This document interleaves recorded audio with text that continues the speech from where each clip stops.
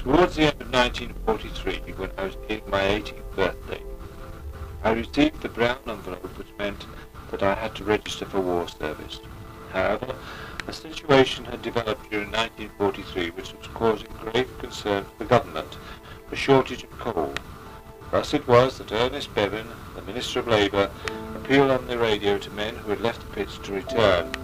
We want young men, particularly those between 18 and 25, and older men as well, if they're sufficiently fit to volunteer to go into the mine.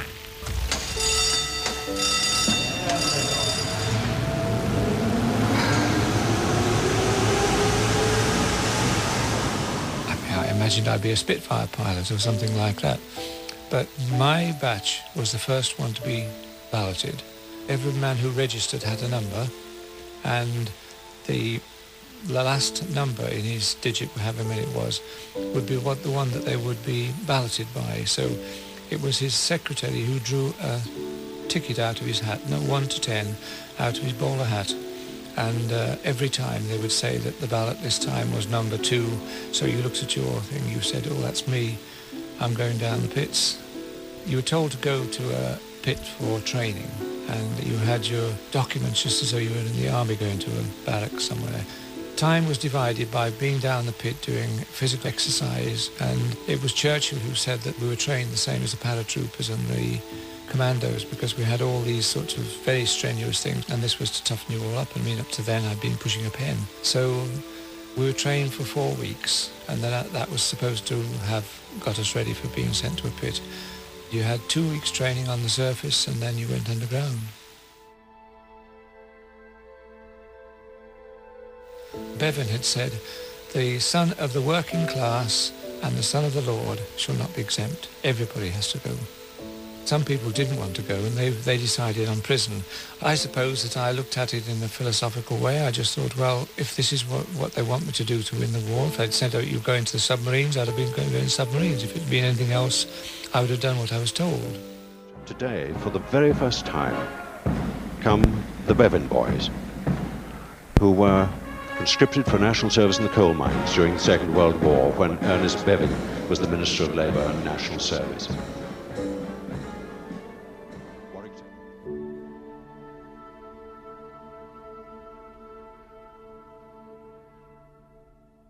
I hadn't been in Montrose at all for years, and it was just that I went down to London to see my girlfriend who was at college. Elizabeth, that was at the same college, so I don't really need to say any more about that. But I did come up here just on a short visit to see Elizabeth for 1 week in September. That was 1953, was it? Yes, 53.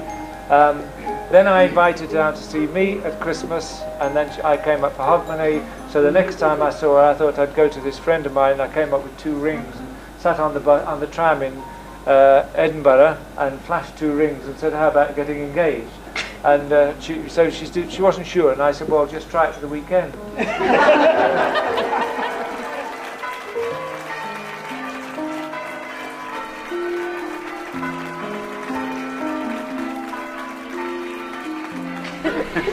But thinking about things, I've always pandered to Elizabeth, because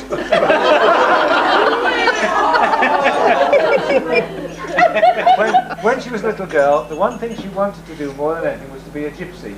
So of course when we got married, I bought a caravan. And we lived in a caravan.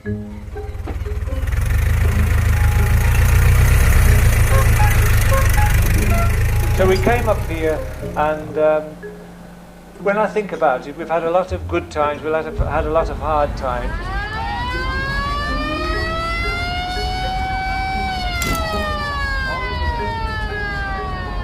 I mean, we had a place destroyed once, and we had to start again. But I tell you one thing, I wouldn't swap her at all. Montrose artist Syd Walker traces his career from pre-college days right up to the present time. Syd is one of the few artists in the country who paint full-time, and exhibitions of his work have been staged in Europe and the United States. I was very surprised to find some of the paintings. As I told you, some of them were lost, and therefore these that had came back after 30 years were quite staggering. When you say lost, what had happened to them? They were in my brother's garden shed in Birmingham. Yeah, and they were rolled up, and some of them were on the floor being trodden on. You became a full-time artist about 28 years ago. How precarious a living has it been? Very.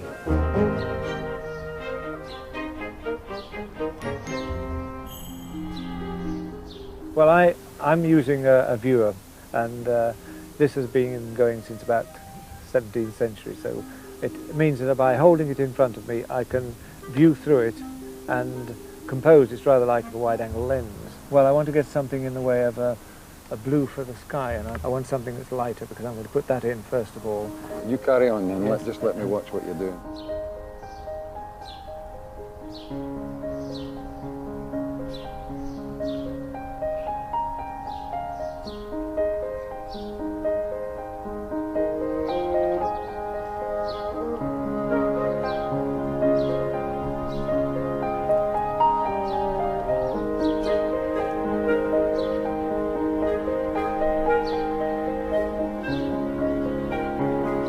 Really beautiful.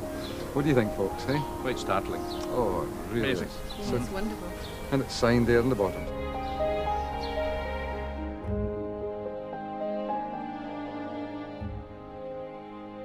Syd Walker, Montrose artist, to tell us a little bit more about the Montrose experience, isn't it? Montrose Basin experience. I started the idea in 1954, and it's taken me quite a long time to produce. 62 foot long in total with 10 panels, and I've managed to get it into a 20-foot circle because we've been having problems with spaces.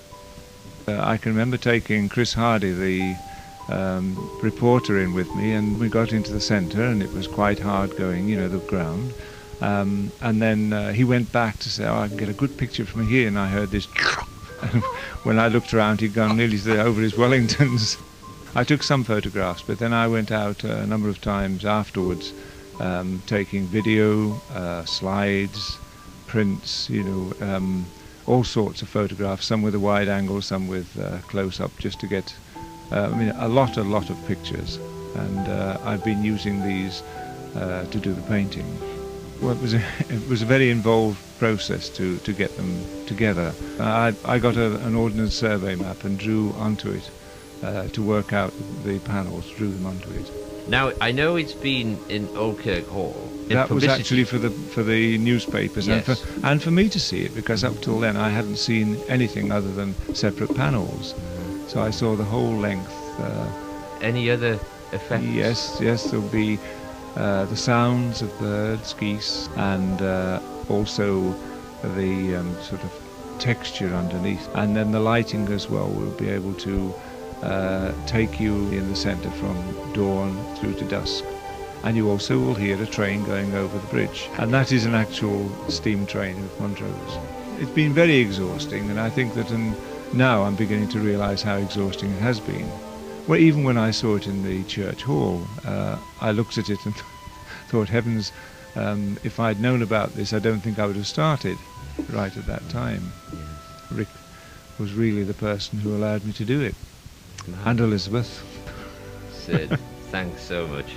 And thanks for your friendship over the days, and thanks for telling me and everybody listening to SKFM about this walk-in picture, which is the cheap way of saying the Montrose Basin experience.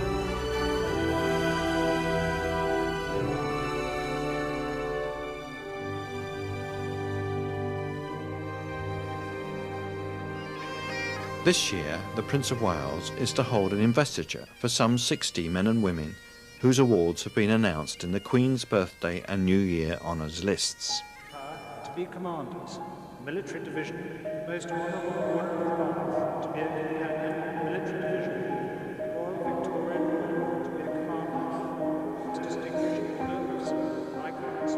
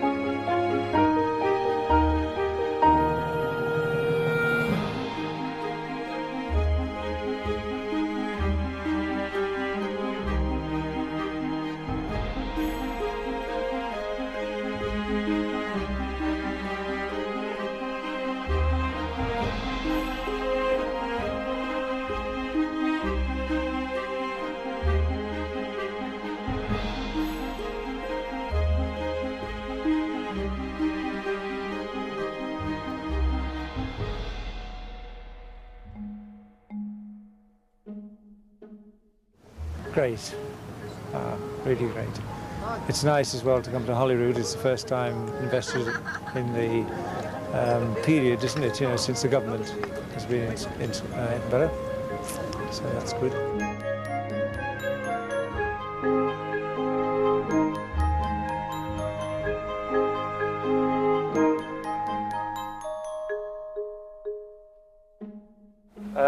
This morning, Kirsten had said, listen on the radio.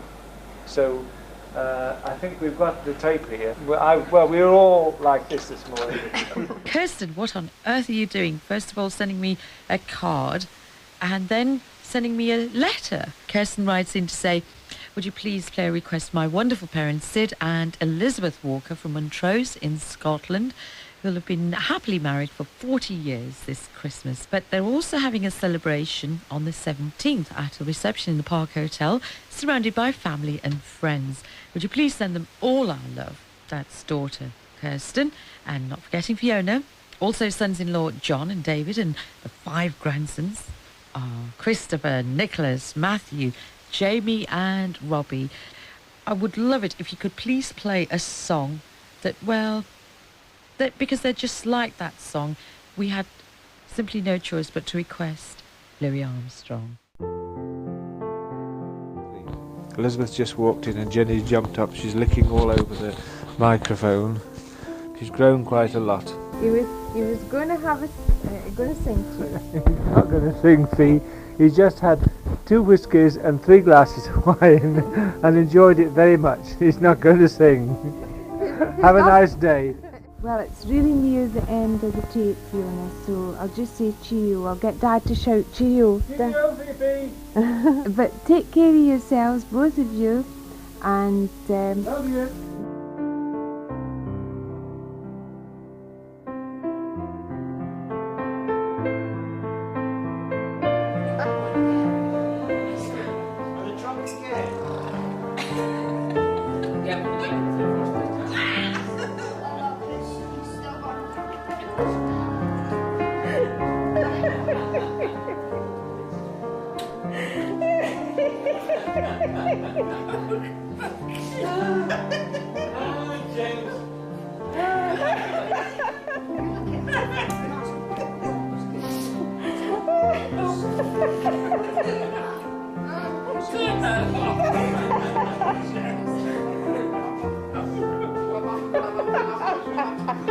Syd and Elizabeth will now cut their cake.